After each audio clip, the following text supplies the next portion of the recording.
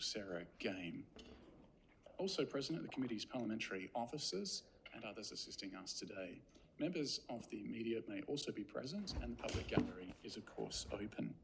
This is a public hearing and it will be broadcast on the Parliament's online parliamentary website system, and a transcript of today's hearing will be made available on the Parliament's website. I understand you've been provided with a document that sets out your obligations to the committee. Have you received it? You don't need to. I don't. I'm not sure what document you're referring to. Regarding parliamentary privilege, have you been supplied with a document? Yes, very well.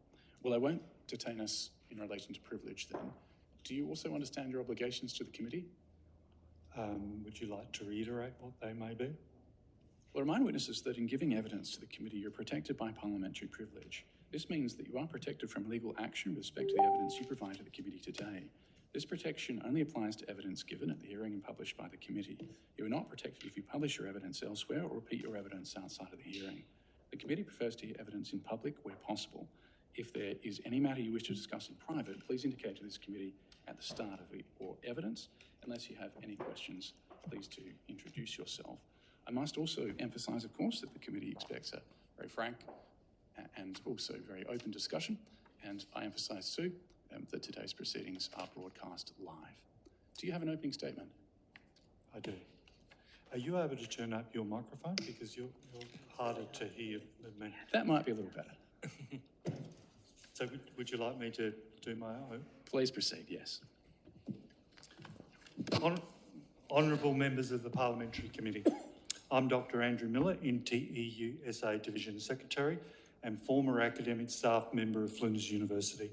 Beside me is Anna Strzelecki, SA Division President and SA Division Aboriginal and Torres Strait Islander Representative, and Kyle Smith, SA Division Organiser. We stand before you today with a deep conviction that our public universities must remain true to their core mission of serving the public interest and be accountable to the very communities they enrich, empower and serve. As engines of education, knowledge production, social inclusion and research outcomes, our universities play an indispensable role in shaping the trajectory of human endeavour and thought. The proposed merger of the Universities of Adelaide and South Australia represents a significant undertaking, one that holds both promises and potential pitfalls for the future of education, research and community engagement in our state. As we venture into this transformative process, it is paramount that we subject the proposal to rigorous scrutiny, anchored in robust evidence and reliable modelling. The profound impact of this merger on staff, students, alumni necessitates a thorough examination to ensure it is in the best interests of all South Australians before proceeding. Evidence is the key. We must be resolute in our commitment to protect the public interest and not allow haste, secrecy or sophistry to influence our public policy decisions. Transparency and due diligence are essential as we consider the allocation of $445.5 million in taxpayer funds, ensuring that our investment yields the promised benefits without compromising the quality of education or research in our state. In the pursuit of truth and the welfare of our community, we must be vigilant in scrutinising all aspects of this merger, including the commercial in confidence documents and business case.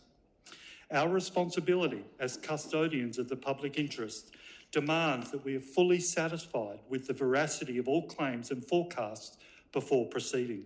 Evidence is the key. To accomplish this, we propose two significant opportunities that lie ahead. Firstly, we must ensure due process throughout the merger joint committee and parliamentary process, thus setting a precedent for comprehensive higher education scrutiny and reform in our nation, and setting an example for the University Accord process in Canberra.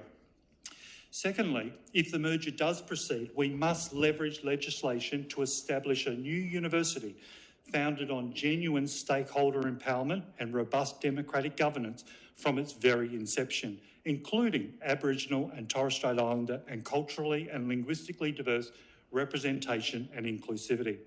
Such an approach will ensure the genuine co-creation of this fledgling institution, firmly rooted in the values and aspirations of the community it serves. Anything less merely reproduces the failings of governance, collegiality and culture today. Let us not waver in our commitment to protect the interest of all stakeholders, from students to faculty, from staff to taxpayers. The consequences of mishandling this historical undertaking are both far-reaching and potentially devastating, affecting not only the educational landscape, but also the social, cultural, scholastic and economic fabric of our state. Let me cut to the chase. There is no turning back once this decision is made. Failures of process, evidence and engagement now could be catastrophic for SA into the future. This makes the proposed merger a public issue of the very highest order, requiring the highest level of public scrutiny, detailed analysis and oversight imaginable. Evidence is the key. For the merger to go ahead and before spending our tax dollars and asking staff and students to suffer through a distressing and disruptive decade-long change process, it must be based upon rock-solid evidence and full public scrutiny. Anything less would appear hopelessly inadequate given the magnitude of the proposal and task at hand. We urge each member of this esteemed committee to embark on this journey with an unwavering dedication to the truth and the welfare of all South Australians. Together, let us leave no stone unturned in our pursuit of ensuring the public interest is upheld, our universities thrive and our community prospers. Joint Committee, thank you for your attention and consideration of our submission. We look forward to engaging in constructive dialogue throughout this parliamentary process. Thank you, Dr. Miller. Questions from committee members? Absolutely. Thank you, Chair. I note that in your submission you've done a survey of all staff across the 3 current South Australian universities and received 1,100 responses. In fact, that's 300 more than the universities themselves received. Can you explain to me the quite startling finding that only 25% of respondents support the establishment of a new university in South Australia? Absolutely.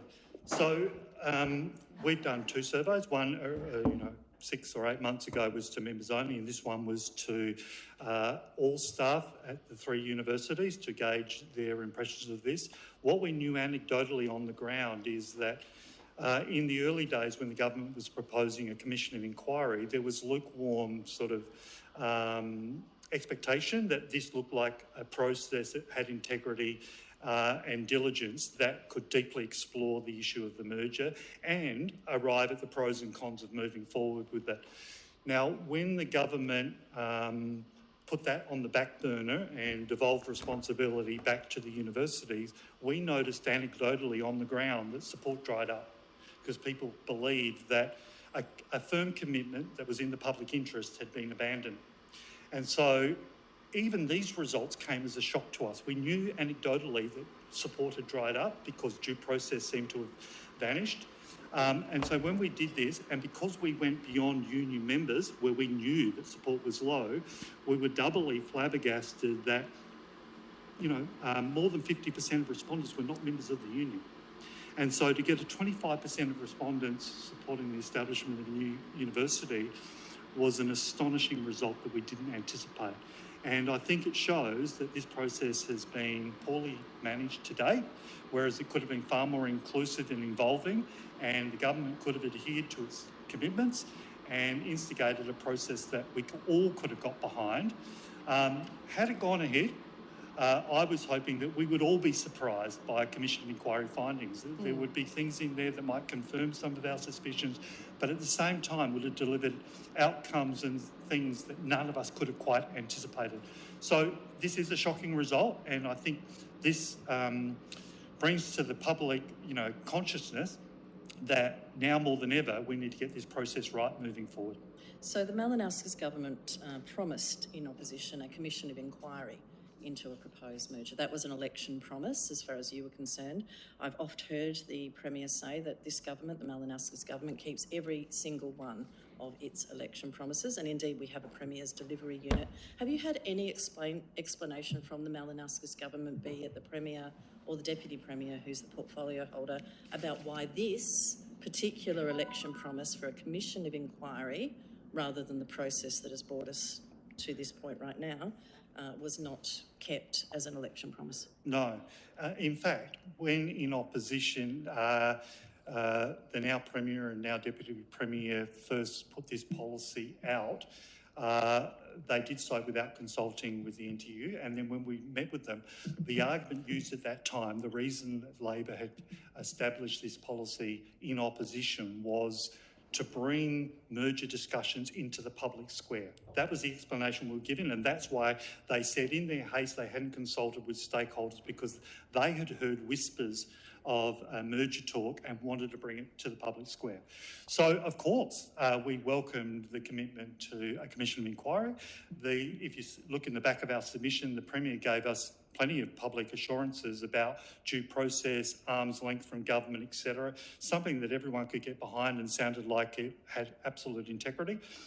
We were very supportive of that. And so we've got the only explanation we got when we met with the Deputy Premier a month or so ago was that the universities had proven to be very assertive, and so that they had somehow usurped the process from government. Now, that was an unsatisfactory response, because I would have thought Labor could have insisted that we'd made a commitment to the South Australian public and to staff, students and alumni that we're going to proceed with a process that is in the public interest and open to full public scrutiny and submissions and such like. So we were bitterly disappointed with that explanation, because it's not really an explanation. Thank you. You're almost game.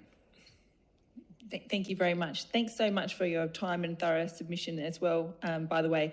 I just wanted to know what your response would be to the statement or claim that this merger is required to financially secure an institution here in South Australia that would be able to offer a broad enough educational availability to meet workplace demand, that it's required now as an urgent merge to secure this future for this institution, particularly given possibly, I guess, fluctuations in overseas students going forward. Would you be able to give me a comment on that? I don't accept that statement, and I don't believe it's borne out by evidence.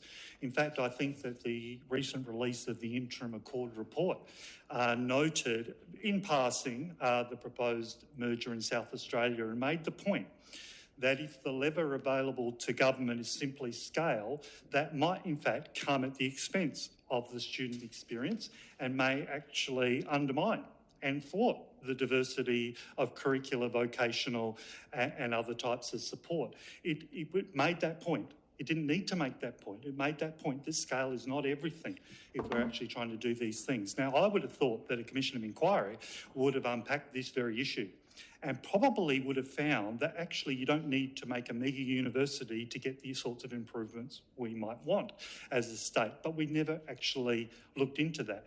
Now, my suspicion is that the reason that never happened is precisely because it would have come up with alternatives. So, look, I think that can be readily debunked, and I also know there will be other witnesses testifying to this committee that will likely debunk that claim. Thank you. I just want to go back to the survey that you conducted. So there's 25% that were supportive of the establishment of a new university, but 60% said they didn't have sufficient information to make an informed choice. Does that mean that only the 15% were against it? No. No, it doesn't. So what but it's a separate question. So what people are saying there is that up until that point, you have to put yourself in the position of staff in the universities themselves. The consultation process from universities, which are usually substandard, they tend to be notification mechanisms rather than genuine reciprocal dialogue or exchange. So where 60% say they don't believe they've been furnished with sufficient information, they genuinely mean that. So I wouldn't look from one to the other and say that those people have contradicted themselves. They've responded differently to different questions. It's still an alarming number, particularly 18 months through a supposed process.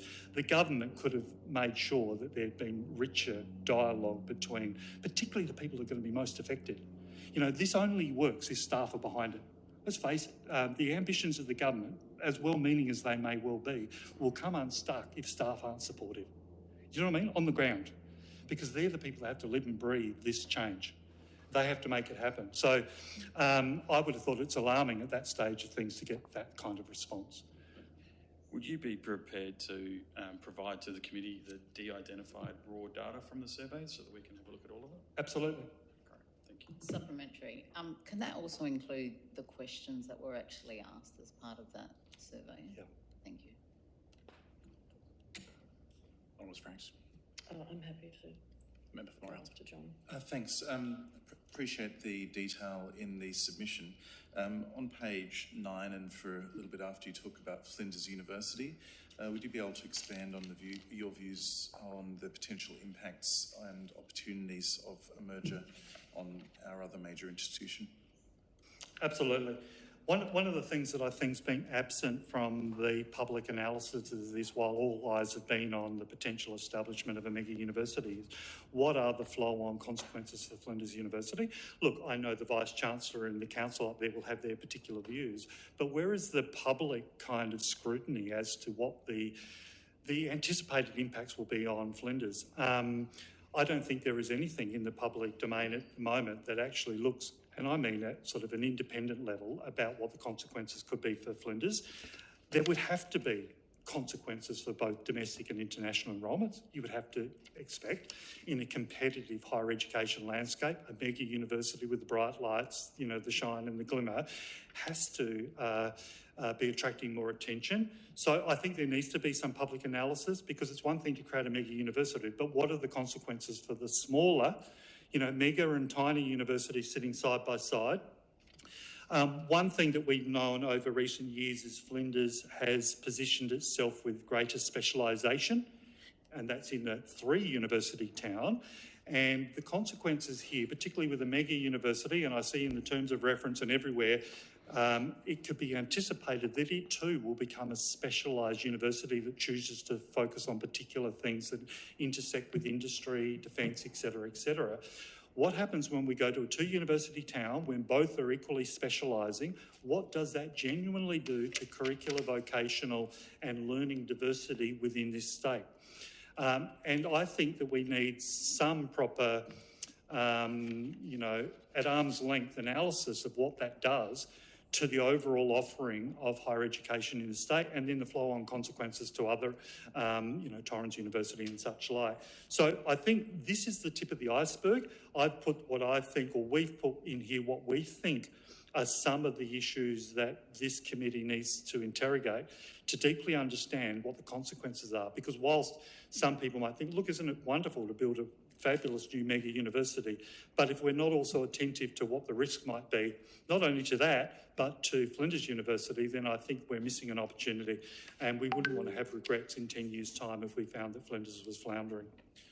In relation to your submission in the same area on the work of the funds that are proposed, the $200 million fund for research and the $100 million fund supporting students from low SES backgrounds, if the merger were to go ahead, what do you see as the consequences being if those funds are exclusively for the new institution and Flinders excluded? And obviously, presumably, you'd see there being a role, if the merger would go ahead, for expanding those funds to Flinders University. I think it would actually undermine the actual good intentions of what that fund is endeavouring to do. If that fund, and which, by the way, aligns with many of the findings of the court interim report, that if we're genuine about broadening and deepening participation into previously underrepresented cohorts, including Aboriginal and Torres Strait Islander students, rural, remote, students with disabilities, etc., then if we're genuine about that, but we're going to have a fund that's exclusively for one particular population, it undermines the very thrust and the ambition of what we're trying to achieve there. I would have thought that you would have that as a statewide initiative to show that we're committed across the board. It's not just something to make the new university more attractive than other universities. I would have thought this has to be a statewide endeavour, which we would all support in the name of social justice and inclusivity. I have other questions, but I'm happy to. Thank you, Chair. Just a supplementary to the member for Morialta. So you say that Flinders University has, as a smaller university, is then specialised, but you then say that a mega university would then specialise. So you're saying that both institutions don't have the capacity to diversify their programs? Well, they should. The original mandate of a university is to pursue all knowledge in all directions, regardless of its commercial outcomes. Do you know what I mean? You don't pursue research purely and simply because it could make money. That's the whole objective of having faculties across the board. Universities in this hyper-competitive environment, and I know Flinders has positioned itself over recent years, is to look for where it thinks it's got a winner or it's got a competitive advantage. I think if you look at the statements of the new university proposal, it too imagines itself pursuing particular lines of commercial research. I'm not sure what they are, but it makes it very clear that it's looking for the intersections with industry. That doesn't guarantee a full diversity and spectrum of knowledge, production and research in all directions simultaneously. An ideal university would manifestly research in all directions at the same time, because it sees that there are social and cultural capitals and enrichment that happens by knowledge production, not just the commercialisation.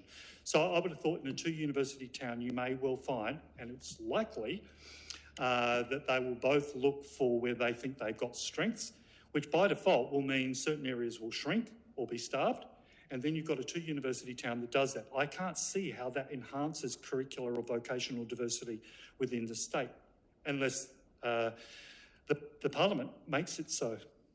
Doesn't the scale of a bigger university give you broader options to diversify, though? Like, well, if you're going to... I don't see that in any of the brochures. I see very clear directionality. They're not mutually exclusive. You know, you can say to a department, you know, it'd be great to produce some, some graduates, but still put your money into a completely different faculty. I don't think they're mutually exclusive. But we haven't seen an overt statement to actually show that commitment. We've seen that they're clearly looking for enhanced intersections with industry and the commercialisation of research, and it's part of the terms of reference for this committee. And so that, by default, there is not an accompanying or parallel statement saying this university will be ensured to be diverse and to honour the full spectrum of kind of faculty interests and research. There is no... Now, you may say, well, they haven't said that, but they still mean to do that, but it's still not in the public eye that commitment has been made. It's been argued by the government and proponents of the merger for a long time, not just the government, that under Australia's university funding system, there's a benefit to scale, in particular in relation to how it impacts on research, attracting the highest quality researchers, attracting Commonwealth grants. Do you accept this as a potential likely outcome, not just as an optimistic outcome? Not necessarily, and I think, you know, the timing of the Accord interim report is pivotal here. Look, I have great expectations that we will see meaningful change in higher education. I do think that we'll see a revision of the funding models. I think that there's an appetite now that the pre-existing models aren't working for us. The over-reliance on international student fees to power and fund research is unsustainable. Those two things should not be co-reliant. And I think if I've understood what's happened at the Accord to date, there seems to be universal agreement we've got to get this right. So the timing's interesting for the potential establishment of a new university because, like I said earlier, in the interim report, they specified that scale may be counter to the student experience and the curricular offerings. And it cautions there. Now, I know in December when they land the final report, they'll probably go more deeply into that. But there's already a cautionary note in there that scale is not everything.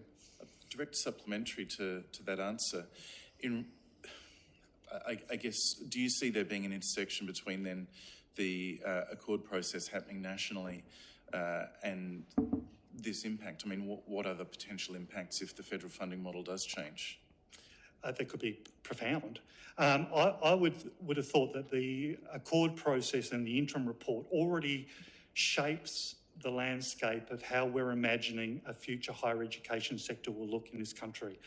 I know there were 5 sort of immediate kind of recommendations, but there's another 70 or something, which show the general thrust and movement.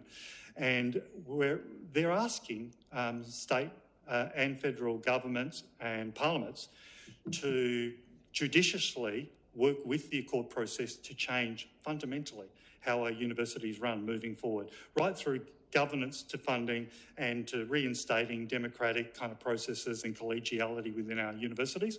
And I think this is the moment.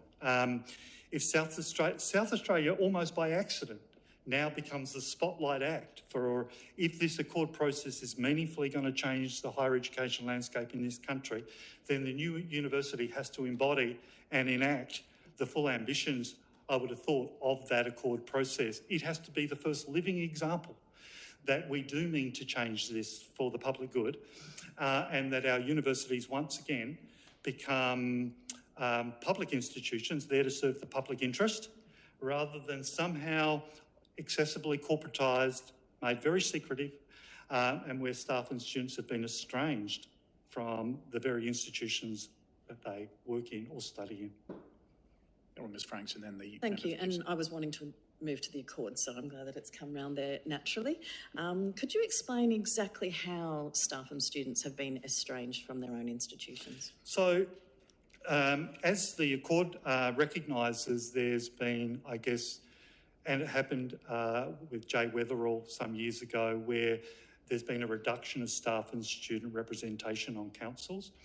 And that's really unfortunate. So it used to be, and look, by the way, it was never an ideal model, that there used to be open, democratic elections for heads of school and such like, and people were far more participatory. And in the commercialisation and corporatisation of our universities, councils themselves became things so fundamentally distinct from the very communities that they were supposed to reflect, that has caused that disjunction. One thing that this parliamentary committee could do is insist that both the University of Adelaide and University of South Australia provide you the biannual cultural surveys that they do. They do them every 2 years. And I suspect that for the last 3, 4, 5 of those, that you'll find that staff and students fundamentally do not trust their governing councils to involve them, to include them, to genuinely reciprocate their feedback into decision making. So the draft bill that we have before us reproduces the status quo. There's a tiny little increase in staff and student representation, but fundamentally, those that are appointed grossly outweigh the numbers of those who are elected.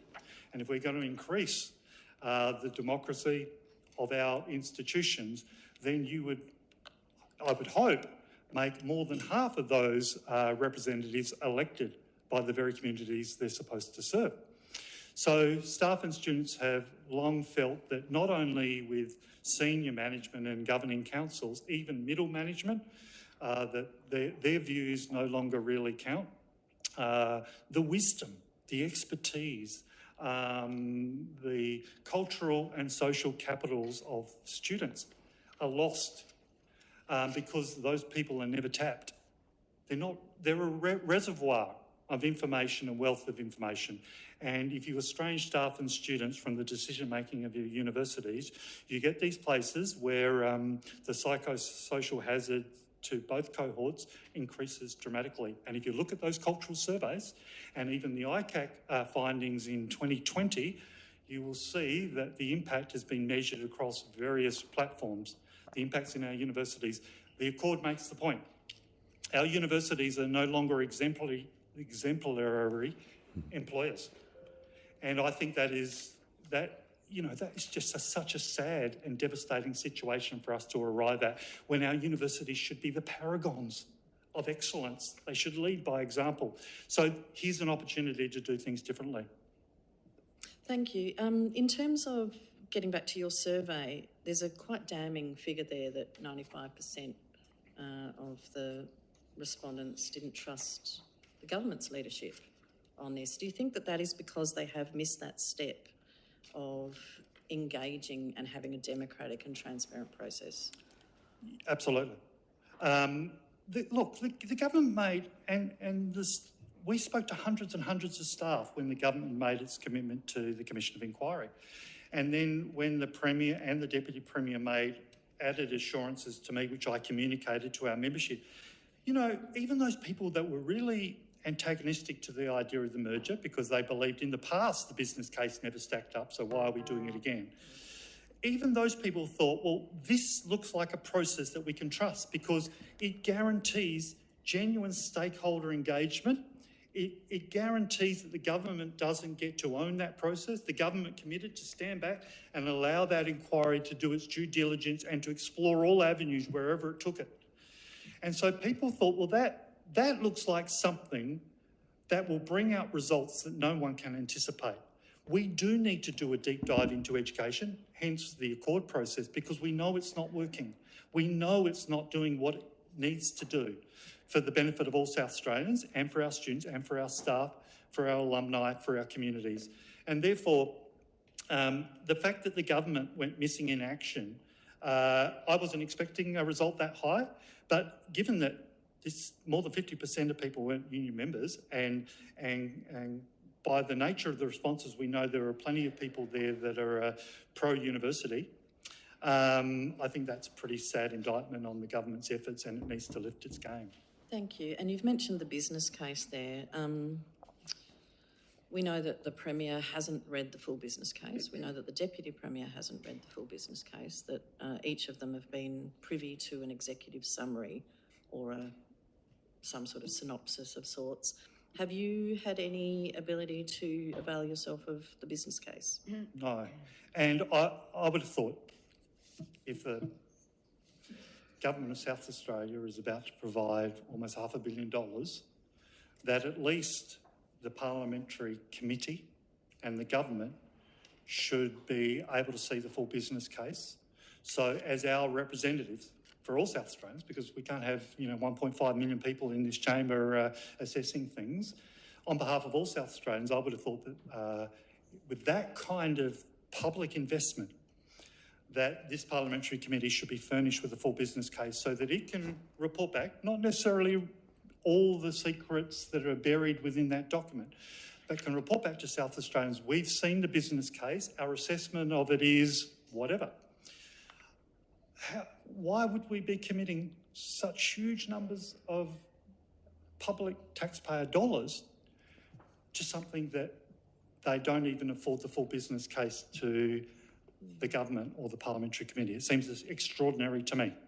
It's in some ways a moot point, but we may debate it again in the Parliament. Of course, this terms of reference of this committee has prohibited us from being privy to the business case, which is an extraordinary situation. However, I digress. My interest is, in terms of that business case, what would need to be done to restore public confidence? And do you know who wrote the business case? No. Does anyone know who wrote the business case other than the hierarchy? No, I don't think anyone does. How do we find ourselves in a situation where we don't even know who wrote the business case and we can't read the business case for what is apparently a once-in-a-generation monumental decision that this state is currently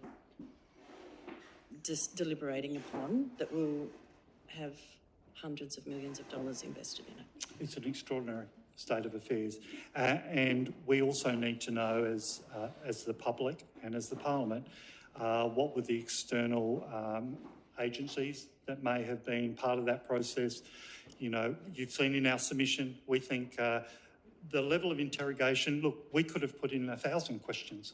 We put a cross-section of what we believe a parliamentary committee would need to know to make a confident decision on the pros and cons of moving forward on this proposal. So we've done a cross-section of the sorts of things that we think are in the public interest. And my view is, and the union's view is, and the view of members, is if the universities can't, look, if this is such a great idea, provide the evidence to defend that position. And then the parliamentary committee can see the evidence and say that stacks up, that checks out. We've done our due diligence. The evidence supports the case. It seems extraordinary, the lack of evidence to support this. Look, it's one thing. Look, I understand that the government and the vice-chancellors and their councils have an ambition. Ambition's fine. But that ambition needs to be founded on facts, evidence, due process, public All of the scrutiny. things the universities would teach us that should exist in any decision-making process. Absolutely. I am very proud that all the education I've ever received in my life happened in South Australia, from primary to high school to Flinders University, where I studied. And the first thing that I was taught almost at Flinders University was to switch on your critical thinking skills, take nothing for granted, deeply question all common sense assumptions and conjecture and hyperbole, and question it. Do some rudimentary analysis to find out whether that stacks up. That's what our first years are being taught in these universities, that evidence matters, due process matters, switch on your critical thinking skills. So I think the SA public has every right to expect that universities would have to support their business case and their flashy brochures, which are wonderful, with actual evidence to support that. Thank you. Member for Gibson. Thank you. Your submission talks about the failings of current governance structures. Can you please outline what the impact has been on those poor structures, and then what an ideal structure might look like and what you'd expect it to provide? In the 2 decades or so that I've been involved in higher education in the state, the centralisation of power has been on a march, right? And the diminishing of staff and student representation on councils is just sort of one of the manifestations or symptoms of that change. It used to be that staff and students had far more say at the grassroots level of the governance of their universities, the direction of their universities. In a way, as stakeholders, they were co-owners on behalf of all South Australians.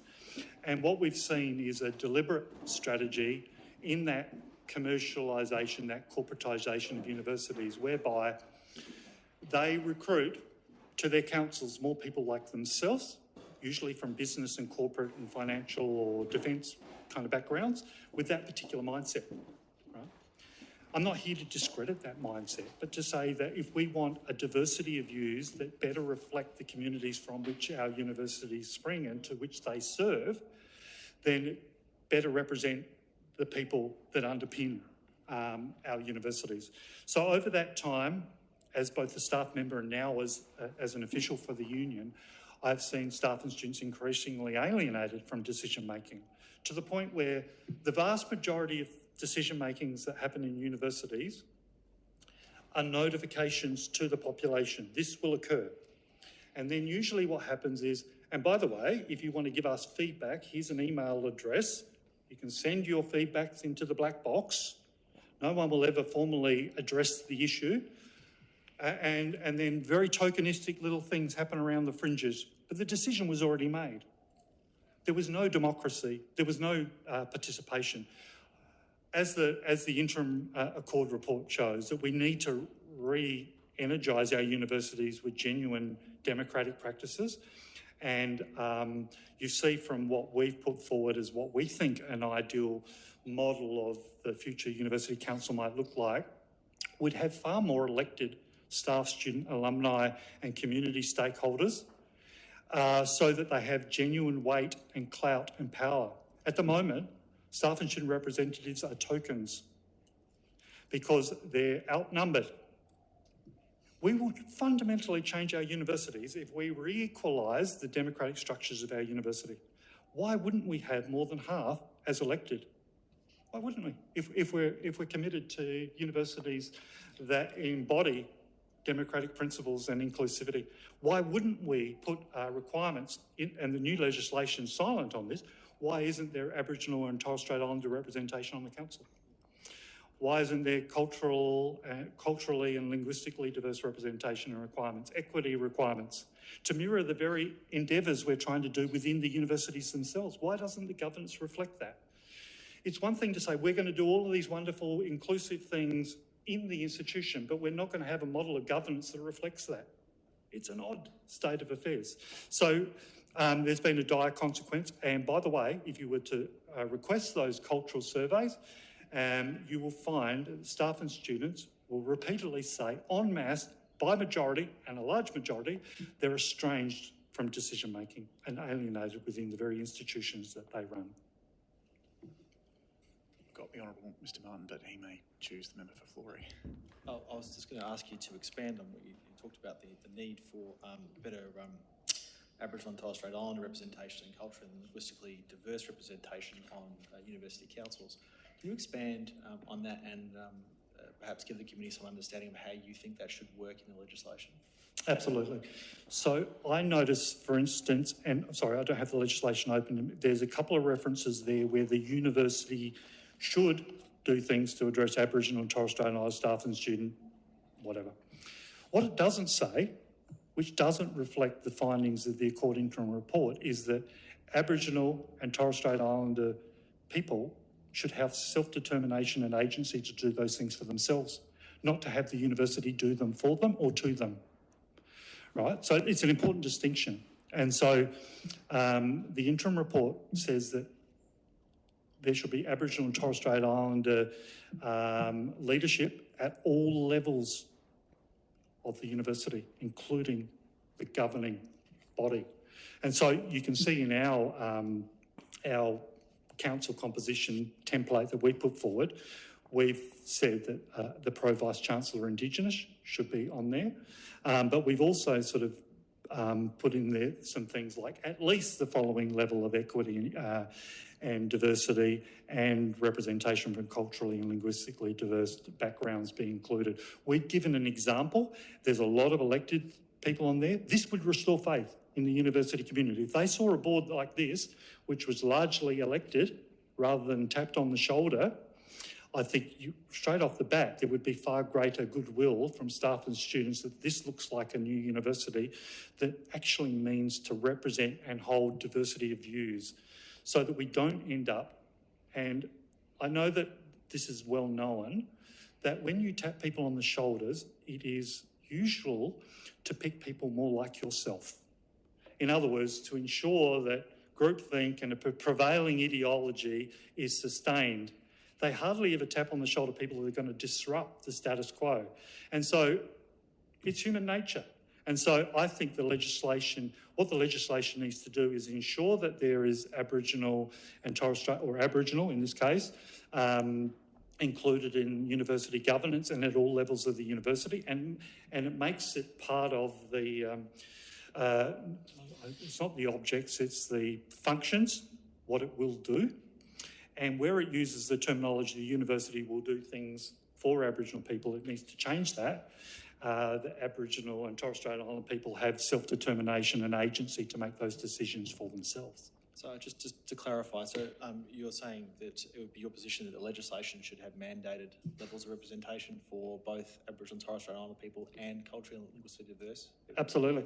In fact, given that what I think is that the governance structure of the university needs to reflect the ambition of the university. The university promises to be a co-created university from the get-go. That's pretty strong language, co-creation. We welcome that. And we've had a conversation with university management and they mean it in the way that you and I understand co-creation. In other words, it's not doublespeak. It's not Orwellian. We've had that conversation. We all agree that it means what it means. Genuine reciprocal building of a new university. The interesting thing here in the draft legislation is the governance structure doesn't reflect that. Do you know what I mean? Like if you're going to enact a university that's genuinely co-created and the university seem genuine about this, we want to make this with our people, then make the governance structure reflect that dynamic. Why wouldn't it? Otherwise, people will be cynical. So everything below governance will be co-created, but everything up here will be the status quo reproduced. So yes, I do think the legislation needs to, if one of the founding premises of the new university is to increase inclusivity for previously underrepresented cohorts, low SES, rural, remote, students with disability, Aboriginal and Torres Strait Islander, et cetera, then why wouldn't you make that as part of one of its functions, that it's doing that, and then make the governance structure reflect that ambition, because it itself will reflect that ambition. In other words, all levels of the university reflect that ambition, not just everything beneath governance. I think that would be a university. I can't see that any South Australian would disagree with that. Well, Mr Martin is listed next. Thank you. Just from your submission and from your presentation today, it seems to me that you are saying there are some serious issues within the current system of the universities with corporate governance, accountability mechanisms, and you've said in your submission that you think it's getting worse, it's trending worse, not better. This is the thing that challenged me a little bit, because I would have thought if that's the case, shouldn't it be seen as an opportunity to go into a new university and start afresh? And there's a transition plan that from the university that seems to put people and culture at the centre of this new university, fostering staff agency and active contributions, establishing a compelling employer that attracts and retains staff. Aren't these good things? Shouldn't, like, your presentation seems to be almost the university shouldn't go ahead, or there's no reason why it should go ahead. But it seems like if the current system is not working, why wouldn't we see this as an opportunity? So to be clear, there are two aspects to our submission. The first part is that we believe that the Joint Committee in the Parliament should do its due diligence to assess whether this new university is in the public interest, and that's for you good people to determine, right? And then the second part says, if the Joint Committee finds that the establishment of the new university is in the public interest, there is an opportunity to reform the governance structures and to embrace and embody the co-creation and collegiality that the transition plan talks about. So we welcome that.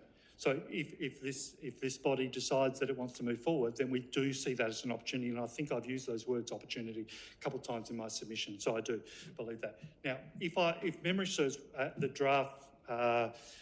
draft transition council, if memory served, is 7 appointed from University of Adelaide, 7 appointed from University of South Australia and the Chancellor,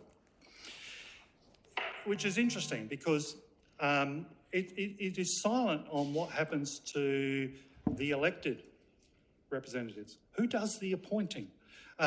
Again, I think it's an opportunity to reflect the best and to reflect the opportunity that you and I are both talking about, that this new university could genuinely start off, if that transition council looked like one that genuinely reflected democratic process, structure, ambition, then people could have a reasonable confidence that all the things underneath it, which we welcome, about inclusivity, co-creation, et cetera, then it would embody that. So I'm a lot concerned about the appointment of 7 from both pre-existing councils to the transition council, and that there's no guarantee that those people who've been elected by their representative communities to do this very work may not be the people that end up on that transition council. So I welcome the opportunity that if the Joint Committee finds that the new university is in the public interest, that the opportunity to build a new university that embodies some of the ambitions of the Accord interim report, I would welcome all of those things, because we would be mad not to take that opportunity to build a really fabulous university. Okay, so just to follow up from that, you've obviously been in the sector for a while. You've been in the role of the NTEU, various roles for a while, but you haven't seen it getting better. So do you think it's more likely to turn around if we leave it as it is? Or are we more likely to be able to see a better sector which better serves the students and the staff and all the stakeholders under a new university where we can start again and get more? Not necessarily so. Not necessarily so. I was of the view that if we'd had a commission of inquiry, the commission of inquiry may well have found you don't need to create a new mega university to get the benefits you want. Anyway, that ship has sailed. So we're at the position now where you're adjudicating on whether a new university is in the public interest. If the new university goes ahead, I think we have to seize that opportunity, and I think it needs to be steered. The interim Accord report, really, it's a will to power for all stakeholders. This is the opportunity. Let's seize it. Let's make a university we can all be proud of if we go down that path. And that means that the transition council, the new council, and some of the things that new university wants to put front and centre of its objectives, I think need to be supported. And if we do take that path, it's up to us. Look, I don't think we would just trust the universities to get it right by themselves. I think this has to require all stakeholders, including the Parliament, including all South Australians, to generate the kind of change that is necessary. Remember, vested interest, status quo thing is very tricky to overcome. Do you know what I mean? Like incumbency, habits of mind, habits of behaviour are hard to overcome unless you force the change. I guess that's actually what the crux of my question is, right? Yeah. So if we keep going as we are today, is it going to be better for staff and students in 3 years' time, 5 years' time, 10 years' time? I don't think, given the terms of reference of this inquiry, we can no longer answer the question about is a 3 university versus I guess 2 it's your university. opinion, and your opinion and your experience with the way things are going, you're saying trending is getting worse, not better. In my opinion, I suspect that we could have got all the things we imagine the new university will deliver out of our existing 3. But like I said, that ship has sailed. I believe this is an interesting zeitgeist moment, because with the accord going on, right at the same time with the potential first new university to be established while the accord's happening, the stars have aligned that if this is going to happen, then it should happen, and it should happen well. And it should happen with the full empowerment of staff and students, alumni and stakeholders to be involved, and that the new governing structures, both interim or transition and future, should be ones that reflect that ambition, not just oversee that ambition. So if this joint committee finds that the business case and everything stacks up, then we have to get it right, and we should go full steam ahead of making sure the new university can be absolute paragon and lead the nation about what a new university can look like. What we shouldn't be doing is thinking about, well, we don't want to be so different to other universities around the country. For goodness sakes, let's blaze a new trail. If this committee decides that a new university is going to happen, make it the very best that it can be. Don't just reproduce the status quo, is what I'm saying. Yep, very good. Thank you. Honourable Ms Benares. Oh, thank you. Dr. Miller, I just want to backtrack on a couple of points you've made about the terms of reference of this committee, particularly as they relate to transparency and also the business case. And we do know that there is nothing in these terms of reference that prevents some of the things that you've asked for from being presented to this committee. So I think that's the first point that I'd ask you to comment on. But secondly, the universities haven't said they aren't going to release key documents, including the business case, to this committee, have they? They haven't said, granted, they may have said that they might provide some redacted documents in terms of budgetary figures, but they haven't actually said that they're not going to disclose to this committee, and this is a transparency question, that's why I'm asking it, the business case or any other key documents to this committee for consideration as part of this inquiry. I thought they consistently maintain that they're unlikely to furnish to this committee the commercial and confidence documents. I thought that the Vice-Chancellors repeatedly said that in the media. We may have a different interpretation on that, but notwithstanding that, there is nothing preventing them in these terms of reference from doing just that, from appearing here as witnesses and presenting those documents to us, notwithstanding that there may be some that are redacted. And there are, of course, other ways in terms of the university providing that sort of evidence, whether that be in camera or otherwise, and you accept that they may choose to do that throughout this process so that the members of this committee are privy to the sort of information that you've alluded to today.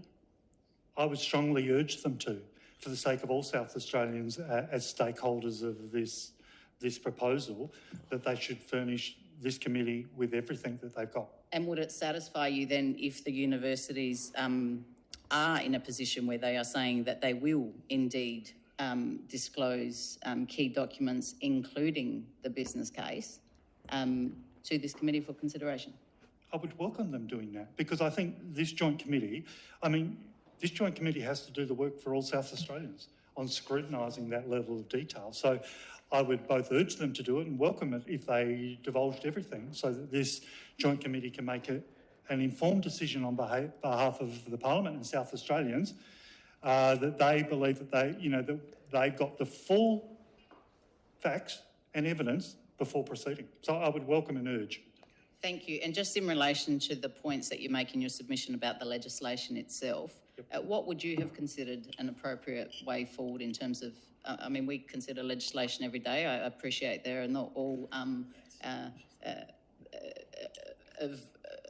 well, they're all equally important. I'm not going to say they're not important, but I understand the magnitude of what we're dealing with here.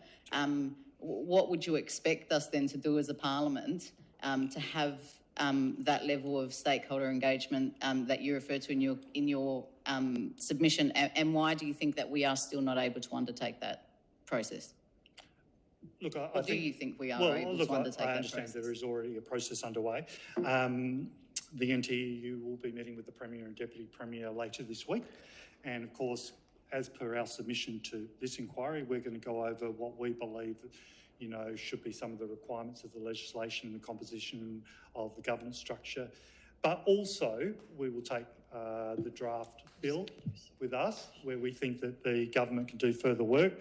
And hopefully that's a productive conversation. We hope that the government would support many of the key findings of the Accord process to date and want to perhaps modify that bill to reflect that. I suspect that the bill was drafted before the interim report landed and therefore probably doesn't embody the full ambition of the Accord, whereas that might want to be realigned now. So look, I would hope that the process ahead is that stakeholder engagement in this genuinely does lead to productive changes so that the draft bill actually reflects the ambition of the SA public and staff and students and doesn't just reproduce the status quo. And indeed, and particularly in the upper house, you might find that you end up with a completely different bill once we've finished with it. But there's nothing to suggest that there isn't going to be at least a couple of stakeholder engagement processes. This is one of them. There's another one that you've referred to, the discussions that you're having directly with government.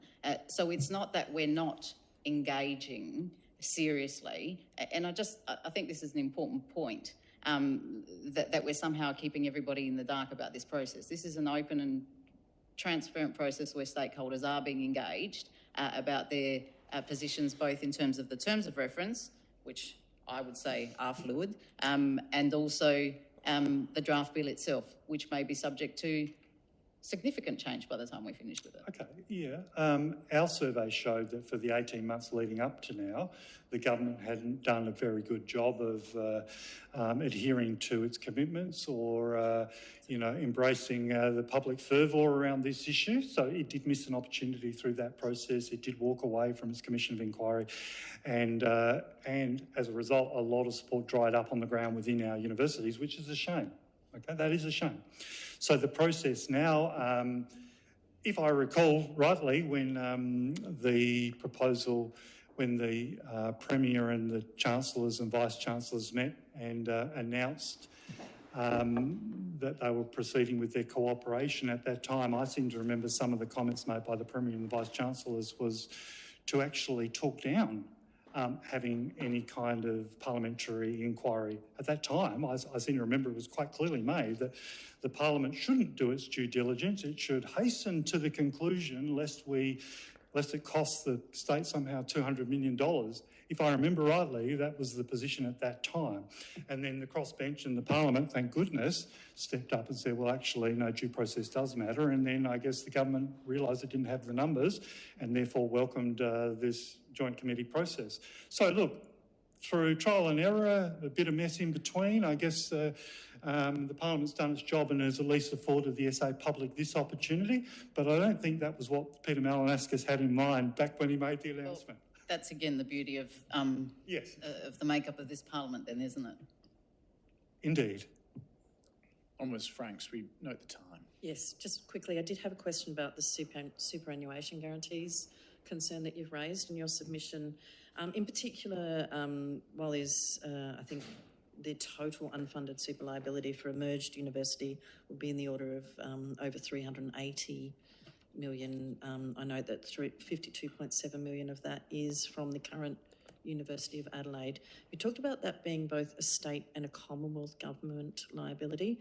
Which part is state, which part is government, and what certainties and assurances do you seek? I have no idea. I put this same question to the Deputy Premier a month or so ago. Mm-hmm. She took it on notice because this was brought to our attention by, no doubt, some of our members who are in this impacted. Situation, yes. And the Deputy Premier assured us at the time that her office would look into this and find out. So I can't answer the question, and hopefully the Deputy Premier has looked into it. But I think it's important, particularly for those people and their nest eggs, that some clarity be given to this. Absolutely. And I would have thought it would be all Commonwealth, but this actually says that some of them are old state government superannuation schemes. So I'm interested as a state member of Parliament to ensure that we are meeting our commitments and seeking assurances from the Commonwealth as well for the security and wages of the staff, in terms of, in this case, in terms of superannuation. Just finally, I mean, in terms of the transparency to date, there are tools of this Parliament, such as orders for production of documents, motions and the like, that could be moved to get the transparency that we require. But something that I do have also a concern about, other than the secrecy around the business case, is wage theft that we've seen in our institutions. What protections could we put and what restorations could we put in place to address that particular issue? Absolutely. Now, one of the things that the interim Accord report notes is that to reform and to make universities exemplary employers and to fix the problem of job precarity, excessive casualisation and underpayment, universities have to reform their governance structures. It makes the link. It makes the link to governance structures to date have failed our universities because I think it was the Student Safety Survey of 2021, which looked into sexual harassments and sexual assault on campus, found that our university campuses were not safe, and that's a failure of governance. The fact that we have ongoing... Look, I speak to a lot of casualised members. The vast majority of them never raise disputes with their employers because they know to do so will mean they'll never get a contract again. So the tip of the iceberg, what the Accord was referring to, the sort of numbers of underpayments, the tip of the iceberg. So again, it makes the link to employment conditions, student conditions, safety on campus, all hinges on governance, representative governance. And that's a big issue. And I think we've got, for goodness sakes, if we're going to make a new university, if this is what the determination is, we've got to get it right. And then the governance has to reflect back the values of the community to address this. I do think that there is a space in the legislation that steers the universities clearly to decorporatise, decasualise and to be exemplary employers as per what the Accord suggests. And if the first university to be put under the spotlight post-Accord or during the Accord, if it's not reflecting it, then we've got no hope of reforming higher education. On the thing of transparency, I would urge this committee to lean on the universities to be forthcoming with everything if they're going to be supported so generously by the SA public. And also, I would urge this committee to ask for the cultural surveys over recent years, so you get a sense of how staff and students actually feel within those institutions, because I think that will inform your decisions about governance moving forward. Of course, I welcome if the universities volunteer their commercial and confidence documents, and I hope that they do. But I think, look, more transparency, more public oversight, the better for all of us, so that we know that there can be no regrets. In 20 years' time, all of us in our retirements, hopefully, don't reflect back saying, well, I was part of that. There was so much hope and ambition from the Premier and the Vice-Chancellors, but then it went pear-shaped. It was a 10-year grind. Staff and students were disillusioned, There's a living consequence to change. You all know it. The psychosocial hazard of people who have to live through a decades-long change process is pretty gruelling. I've been through restructures at universities. The emotional labour that you go through that thing, it looks very nice on pieces of paper, but people have to live it. It's a different experience. So we've got to get this right. In 20 years' time, we can't look back going, what did we do? No regrets. Thank you, witnesses, for your attendance here today and for your evidence. A transcript of today's proceedings will be made available to you. Professor Harvey. Thank you. Thanks.